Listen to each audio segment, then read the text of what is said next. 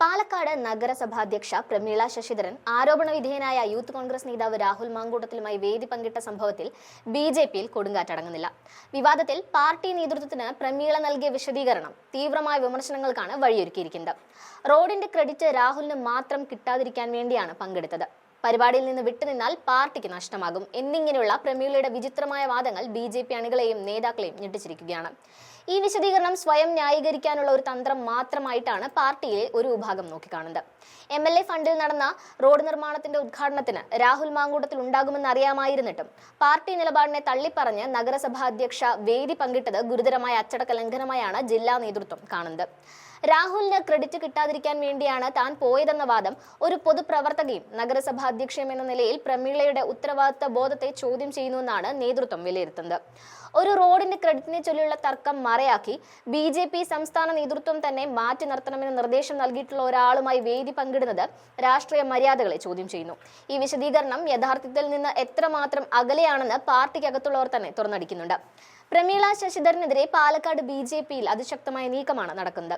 ജില്ലാ കമ്മിറ്റി യോഗത്തിൽ പങ്കെടുത്ത ഭൂരിപക്ഷ അംഗങ്ങളും പ്രമീള രാജിവെക്കണമെന്ന് ആവശ്യപ്പെട്ടു കഴിഞ്ഞു.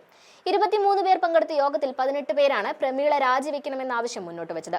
രാഹുൽ മാങ്കൂട്ടത്തിനെതിരെ സമരം ചെയ്ത കേസിൽ പ്രതിയായ നിരവധി പ്രവർത്തകരുള്ള പാർട്ടിക്ക് പ്രമീളയുടെ ഈ നടപടി നൽകുന്നത് തെറ്റായ സന്ദേശമാണെന്ന് പ്രവർത്തകർ പറയുന്നു. പ്രവർത്തകരുടെ മനോവീര്യം തകർക്കുന്നതിന് തുല്യമാണ് ഈ പ്രവൃത്തിയെന്ന് നേതാക്കൾ പറയുന്നു.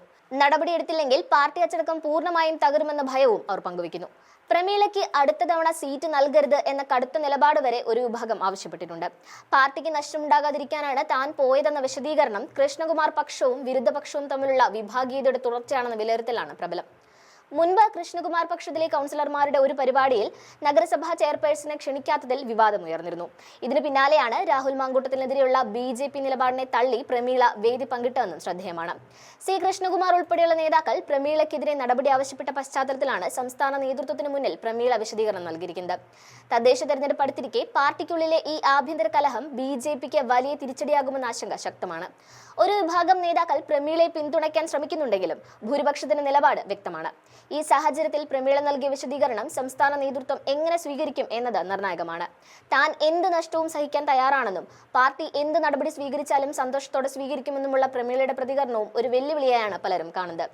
പ്രമീളയുടെ രാജി ആവശ്യപ്പെട്ട് ഒരു വിഭാഗം ശക്തമായി രംഗത്ത് വന്നതോടെ സംസ്ഥാന നേതൃത്വം വിഷയം ഗൗരവമായി കാണുന്നു. സംസ്ഥാന നേതാക്കൾ ഇതുമായി ബന്ധപ്പെട്ട് കൂടിയാലോചനകൾ നടത്തുന്നുമുണ്ട്. പ്രമീളയുടെ ഈ വിചിത്രമായ ന്യായീകരണം തള്ളിക്കളഞ്ഞ് അച്ചടക്ക നടപടിയിലേക്ക് നീങ്ങാനാണ് സാധ്യത. വിഭാഗീയതയുടെ മറവിൽ പാർട്ടി നിലപാടുകൾ കാറ്റിൽ പറത്തുന്നതിനോട് ഒരു വിട്ടുവീഴ്ചയും ഉണ്ടാകില്ല എന്ന സൂചനകളാണ് നേതൃതലത്തിൽ നിന്ന് ലഭിക്കുന്നത്.